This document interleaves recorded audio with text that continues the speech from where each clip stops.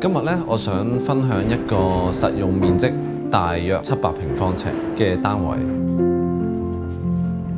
我將佢打造成收納量要求強啦，2個人生活嘅居住空間。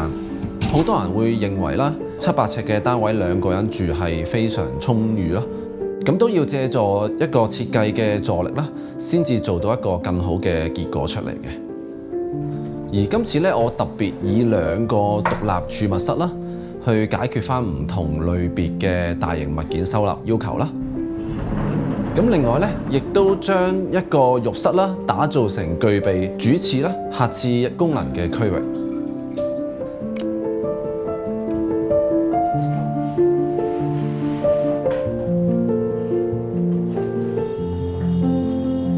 原則3房2廁加條長走廊格局咧，對我哋屋主2個人居住嚟講咧，有好多需要改善嘅地方。例如大門喺牆身嘅中央，導致冇一幅牆身安放梳化嘅位置啦。同時咧，3房加上2個廁所配置咧，對於屋主2個人生活嚟講咧，太過浪費啦。咁所以經過商討完之後咧，冇任何一幅非結構牆咧係可以留得低嘅。我借助儲物室加上一幅通透屏風咧，去明確區分翻玄關客廳嘅位置，亦都可以呈現翻一幅足夠闊嘅牆去安放梳化。然後咧，我利用原生廚房加飯廳大約有16尺闊牆身嘅位置啦，去改動為一個開放式廚房，去滿足翻女屋主中意落廚嘅煮食習慣啦。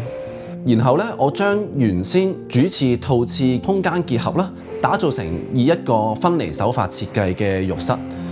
唔單止可以滿足到屋主一個套廁嘅要求啦，亦都可以便利到屋企人上嚟使用廁所嘅一啲習慣嘅。而最後咧，我重新將3個房間咧打造成寢區啦、衣帽間啦同埋儲物室，咁就唔會再出現一條長走廊去浪費咗任何每一寸嘅空間㗎啦。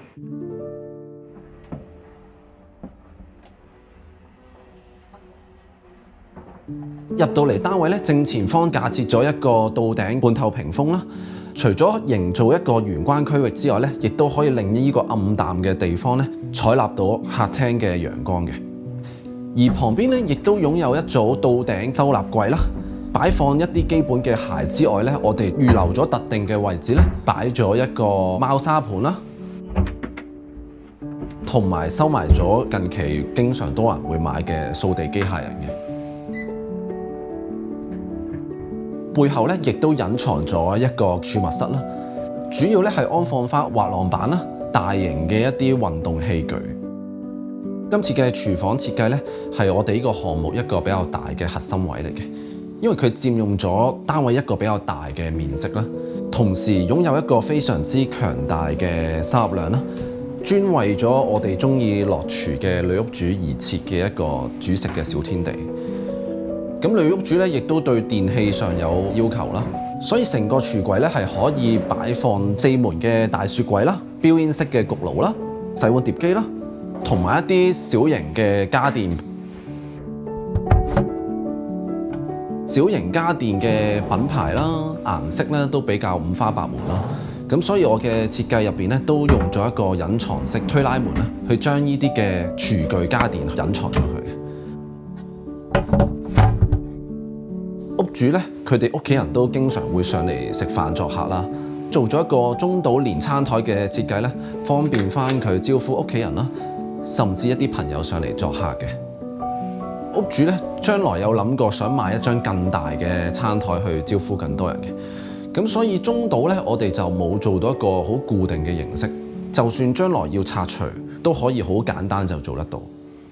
週末嘅時間咧，佢哋2個都會擺好多時間會 stay 喺個梳化位啦。咁所以咧，我預留咗一個我認為恰到好處嘅觀賞距離啦，大約係有11尺半嘅。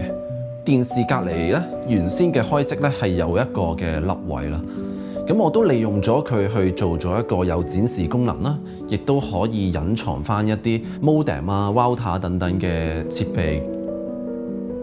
而呢個櫃咧位於個單位嘅正中央啦，咁所以個信號上亦都會有所幫助嘅。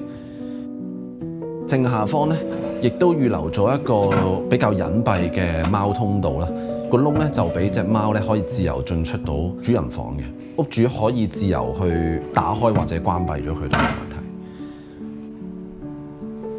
咁而電視嘅另一邊咧，有兩隻非常近距離嘅門啦，分別咧就係通往主人房同埋廁所，比較隱藏嘅手法啦，去將兩道門咧都修飾得比較好睇。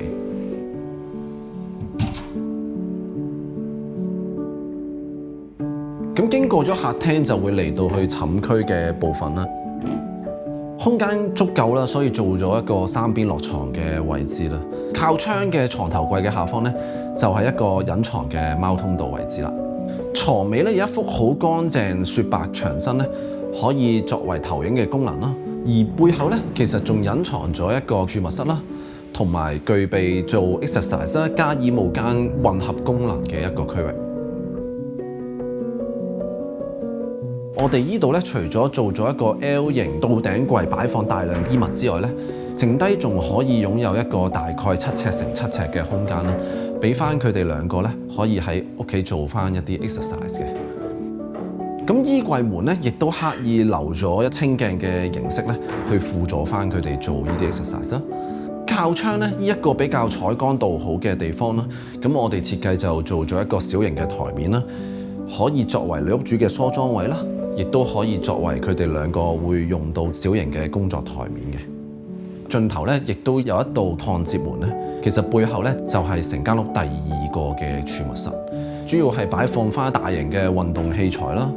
甚至一啲相機防潮箱啦、文件之類家庭會用到嘅雜物。浴室設計咧比較特殊少少，因為咧要配合翻屋主咧唔想要有兩個洗手間，但係又擁有套廁同埋客廁嘅功能。配合翻屋企人咧，都經常會上嚟使用嘅習慣。咁所以咧，設計上就用咗一個分離手法啦，去將每個洗手間嘅功能都獨立區分開嚟啦。咁亦都加設翻咧，可以兩邊同時上鎖啦嘅門啦，去區分翻唔同嘅區域，解決翻一啲私隱性嘅問題。同時亦都做得到咧，屋主佢好渴望擁有嘅一個企缸啦，加浴缸嘅一個結合功能嘅。今次嘅作品啦，最後呈現出嚟嘅佈局咧，其實同我當初諗嘅係有啲出入嘅。咁主要都歸功於我同屋主去商討完之後咧，佢俾到我嘅一啲嘅啟發啦。咁而呢啲嘅啟發咧，我認為係對我哋做一啲空間設計啦，好中意 spatial planning 嘅人咧，係非常之有幫助嘅，會令到我哋會減卻咗一啲固有思想嘅一啲嘅規限。等我哋將來遇到一啲新嘅 case 啦、新嘅客人嘅要求咧，都會有一個更加全面嘅建議。